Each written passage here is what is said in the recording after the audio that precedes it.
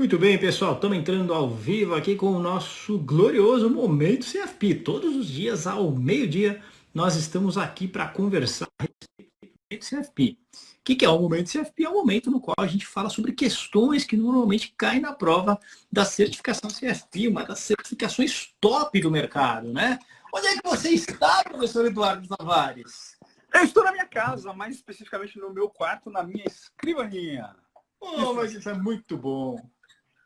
Muito que bem, e você? Tudo bem, hein? Eu estou bem, muito obrigado. O Rodrigo já nos cumprimenta aqui. Boa tarde, mestre. Com certeza está falando com você, né? Porque essa sua careca é uma careca de respeito dos mestres. Agora ele nos chamou de dois monstros. Espero que seja a conotação positiva. Veja, nós não somos aquele padrão de beleza reinante, né? Mas então eu entenderia se também fosse uma conotação negativa. Beleza. Hoje temos o momento CFP aqui, não é não? É isso mesmo. CPF. Momento CFP. Vamos que vamos. Bora lá. Bora lá.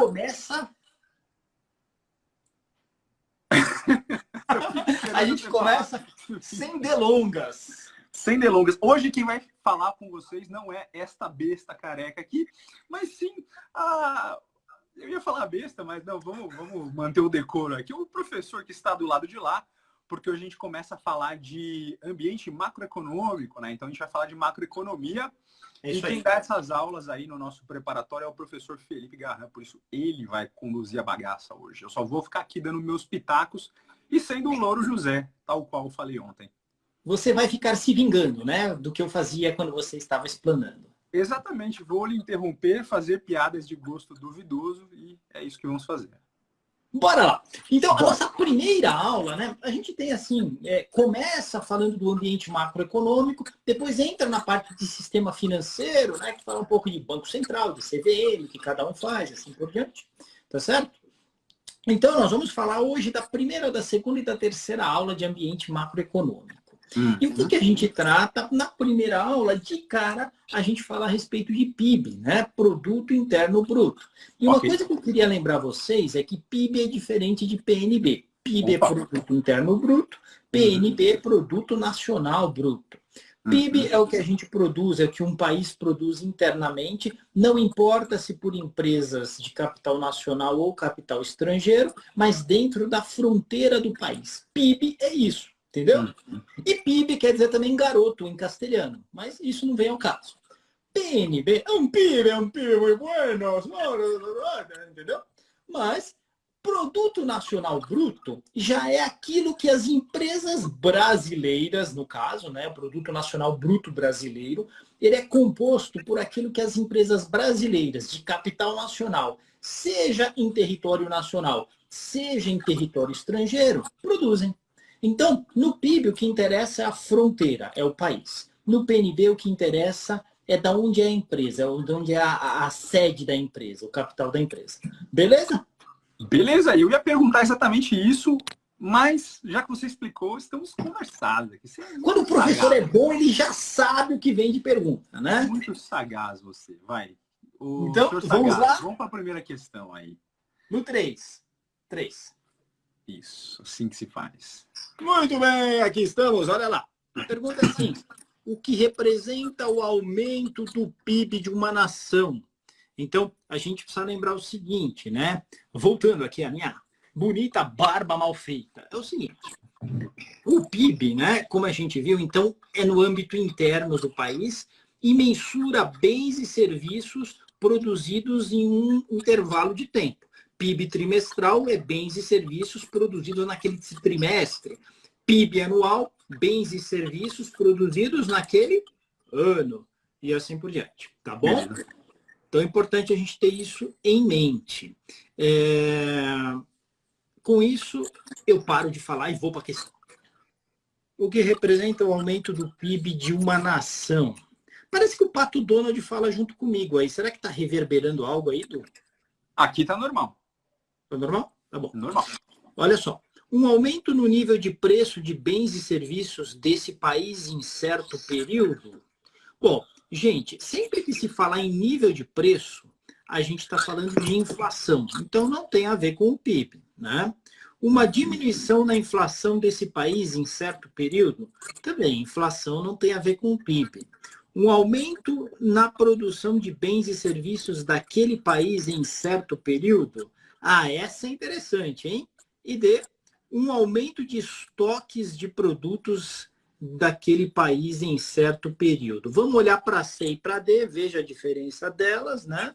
Então, a C fala de bens e serviços num certo período, a D fala de estoque de produtos daquele país em certo período.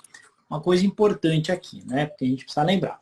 O PIB mensura a produção de bens e serviços sem dupla contagem, tá certo? Então, por exemplo, se eu sou uma fábrica de notebooks, eu compro o processador, a CPU, eu compro a memória e assim por diante. Faço o notebook, junto aquelas peças, agrego valor, né, com o trabalho da fábrica, assim por diante, e vendo o notebook. O que eu estou agregando ao PIB dessa nação? A diferença do preço de venda do notebook em relação aos custos que eu tive para fazer aquele notebook, tá certo? Então, o que cada elo da cadeia agrega de valor ao PIB é o que é esse diferencial de preço, é o que agregou de valor. Importante a gente lembrar disso, né? Então, no total, o que você tem? Você tem uma mensuração dos bens e serviços produzidos em determinado intervalo de tempo, alternativa C de Cacau, tá certo? Boa. Então, estoque não entra, né? Porque se entrar estoque, não foi vendido ainda, né? Então, eu não agreguei valor de fato. Portanto, se eu contar estoque, quando ele for vendido, eu vou contar de novo. Então, vai ter uma dupla contagem aí, certo? Legal, muito bem chamado a atenção, professor Tavares, como sempre, com aquelas intervenções cirúrgicas, né? Muito bem, exatamente. Porque olha o que acontece, né? Imagina um país que em determinada época produziu bastante, mas não vendeu. Aumentou bastante estoque. Aí dá uma alta no PIB. Aí vendeu pra caramba, daria outra alta no PIB. Seria dupla contagem, né? Então, isso já caiu na prova do CFP. Esteja atento, vislumbre isso. Lembre-se dos carecas barbudos nessa hora que disseram para você: aumento de estoques não representa agregação de valor no PIB. É só quando entra a grana, né? Só quando tem ali a venda ou a compra. É caixa, então, certo? Exatamente. Exatamente. Muito legal?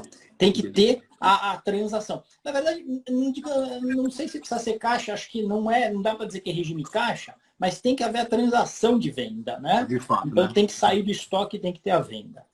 Legal? Olha, a Renata nos ajudando aqui. Depois eu pago aquele Guaraná para a Renata que a gente combinou. Ela disse o seguinte: PIB não é estoque de riqueza, e sim fluxo. Isso é muito importante também. Se uma nação que já possui lá uma riqueza, em determinado trimestre, não produziu nada, o PIB dela foi zero. Certo? PIB é fluxo, não é estoque de riqueza. Muito bem colocado. Ok? Muito bem, o Rodrigo é infame que nem nós. Ele disse que é C de mundo financeiro. Muito bom. Que mais? Eu acho que aqui é isto, tá certo? Nessa primeira questão, falamos bastante sobre ela. Vamos para a questão number 2? Go to number 2. Number 2. Olha lá.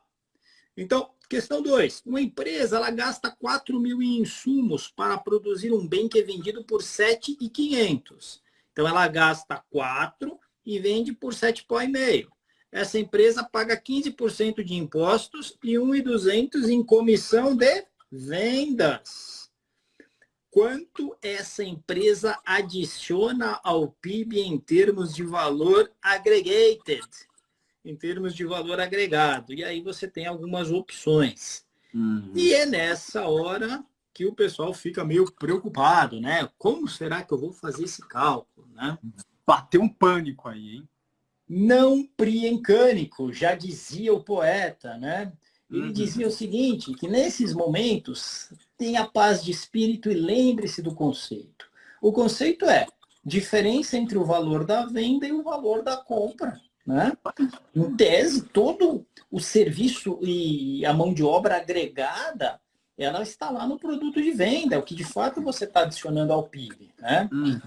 O Feira, como sempre, ele está lá dando seus palpites mágicos, interessantes, que agregam valor ao PIB do mundo financeiro, né? Já mandou um 3,5 lá, interessante. Por que o Feira disse isso? Porque ele pensou, a venda é por 7,5, a compra é por 4, a diferença é 3.500. E aquele negócio de imposto, de comissão de vendas, manda pro vinagre, entendeu? Não tem nada a ver, porque o que acontece? Imposto que a empresa paga vai estar no preço de venda, vai estar agregado no preço de venda. O empresário joga lá já, comissão de vendas que ele vai ter que pagar para o vendedor. Você acha que o empregado tira do bolso alguma coisa? Não, vai pôr no preço, tá certo? Então não importa, eu poderia começar a detalhar todos os custos que esse cara tem, não é? Mas não precisa, né? Então, 7,5 que é a venda, menos 4.000 que é o valor do custo, 3,5 é o que está agregando ao PIB, tá bom? Muito bem. Não sei se vocês se lembram direitinho, mas está aqui, ó, né? Essas eram as alternativas. A empresa gastava 4.000 em insumos, não é?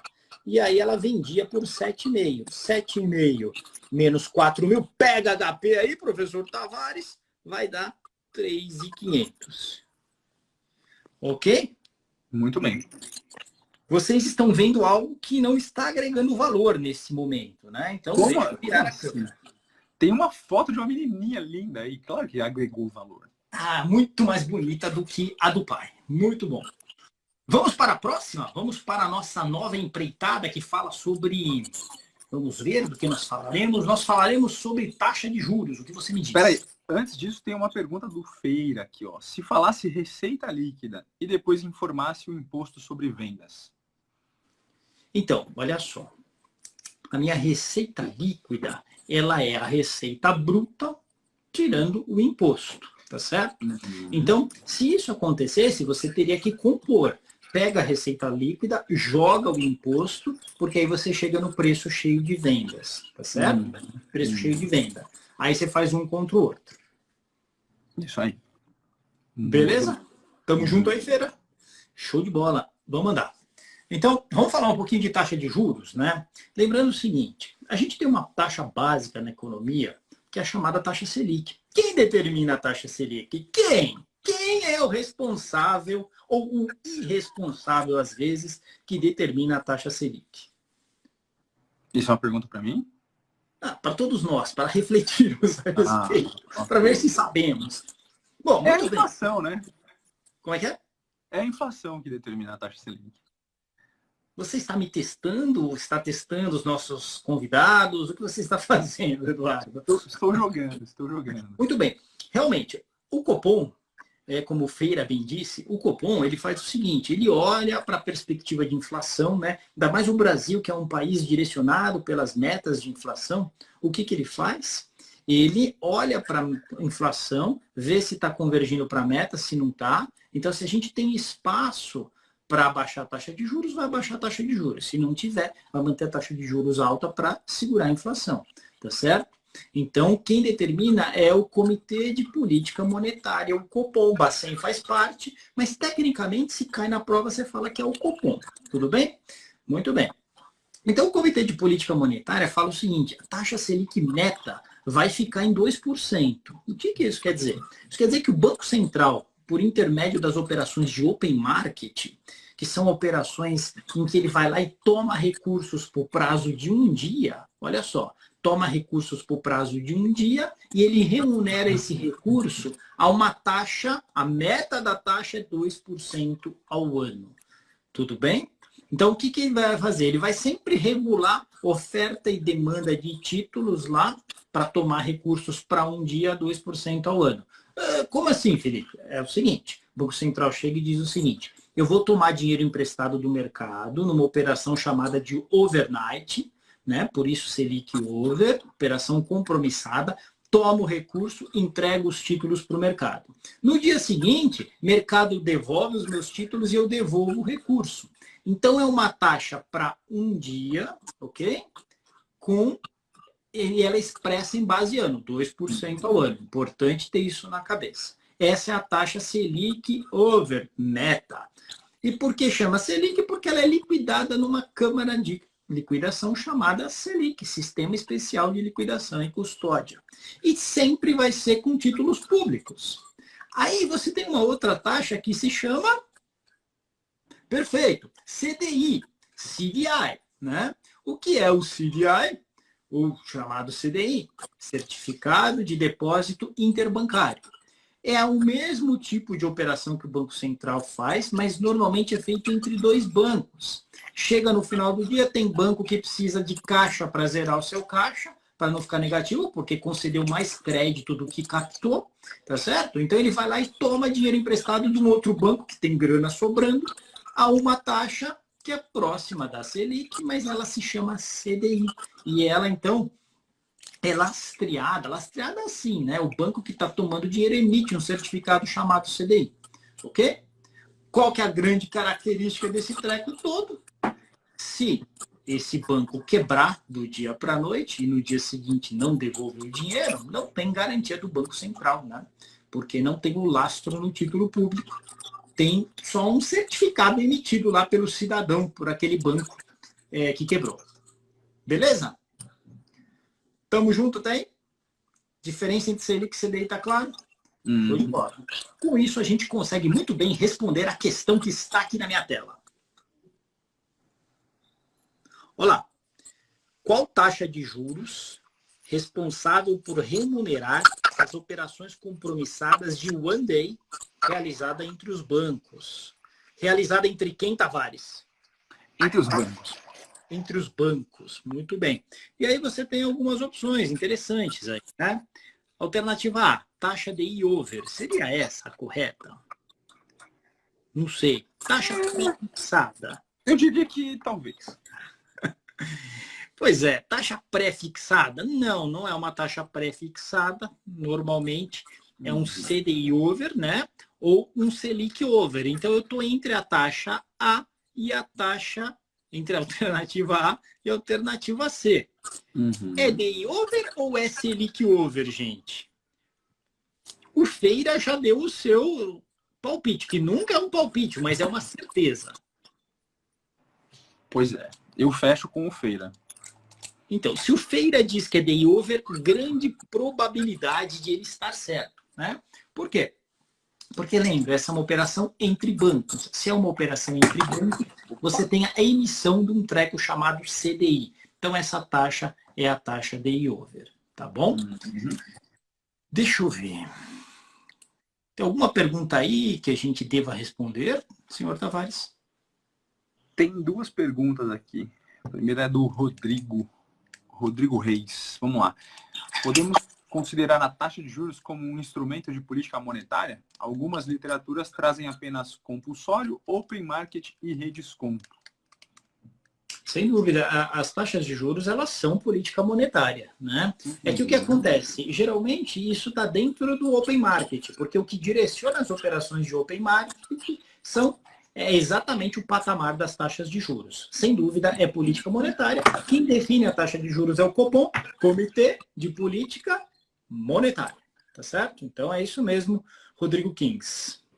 Isso aí. E a segunda é do Feira. O governo pode ter problemas com a demanda pelos títulos. O governo pode ter problema com a demanda pelos títulos. O que acontece? O que seria o problema com a demanda? Um excesso ou uma falta dele? Fala pra gente aí, Feira. Isso pode acontecer, né? Só que lembra que o governo ele pode emitir mais títulos, ele pode enxugar títulos e segurar esses títulos. Então ele controla essa relação oferta e demanda fortemente. Tá? Exatamente. Nosso amigo JC Veiga, né? Nesse não, JC Veiga, é o João Veiga Filho, né? Ele também colocou uma coisa aí, né? Estranho pensarmos que a taxa CDI é menor que a taxa Selic, né? É estranho mesmo. Uma vez que CDI tem um maior risco do que o título público federal. Deveria a CDI ser uma taxa maior que a Selic, pois assume-se mais risco? Sem dúvida, você trouxe um assunto interessante aqui à nossa mesa, né? Se me perguntarem, eu nego, mas eu acredito que há manipulação para que o CDI seja mais baixo que a Selic. Só entre nós aqui, não conta para o mundo, tá? Mas a minha impressão é que como o CDI é benchmarking de mercado, deu tanto do CDI. É interessante que o CDI fique um pouquinho mais baixo, porque se você aplicar em Selic, o rendimento bruto vai ser sempre acima de 100 do CDI. Então o mercado ele acaba meio, ainda mais que o CDI hoje tem pouca liquidez, o mercado acaba posicionando o CDI abaixo da taxa Selic. Hein? Tem uma dúvida aqui. Pode falar, desculpa, Edu. Manda ver. A Ana está perguntando aqui, operações compromissadas não usam a Selic Over, títulos públicos? Sim, usam. São operações compromissadas lastreadas em título público, né? Aí sim, taxa Selic Over. Isso, que eu acho que ela quis dizer que, na verdade, eu posso chamar de compromissadas também as que emitem um CDI, né? Só não são lastreadas em títulos públicos. Então, acho que a dúvida dela é na questão. Por que a gente escolheu a taxa do DI ao invés da Selic Over? É porque o enunciado não fala em lastro em títulos públicos. Então, a gente assume que não tem e aí a gente considera aí a DI Over. Exatamente. Então, falou que a operação entre dois bancos poderia ser taxa Selic se a operação entre dois bancos fosse com garantia de títulos públicos. Tá? Como não fala nada, você assume que não tem a garantia e que, portanto, é CDI. Perfeito, muito bom, muito bom. Vamos ver, nós temos tempo para mais ou não? Me diga. Temos 8 minutos. Nós temos 8 minutos, né? Muito bem. Nestes 8 minutos, então, eu gostaria de saber se o pessoal tem alguma dúvida e se não, eu vou falar um pouquinho sobre os indicadores de inflação.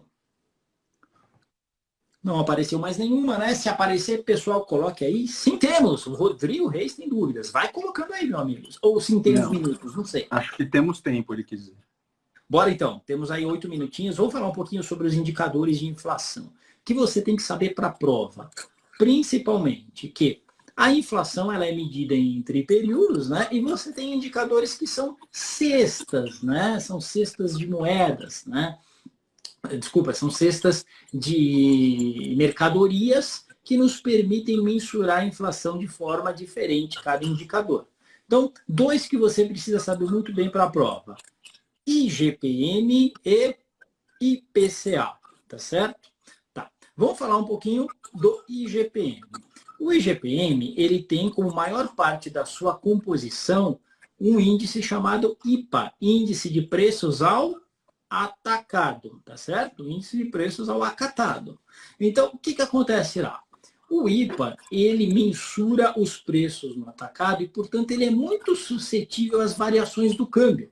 Então, quando você tem uma doleta lá, o dólar subiu pra caramba. Subiu muito o dólar ultimamente, Tavares? Um pouquinho.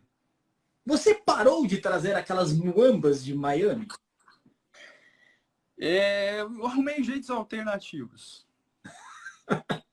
Isso se chama substituição de importações, né? Exatamente. Então, o que acontece? O dólar fica muito caro e que o grande problema disso é que normalmente os preços ao atacado sofrem rapidamente, porque o atacado vai lá e compra na fonte, geralmente, né? Então ele já lá compra o produto importado do importador que traz lá de fora.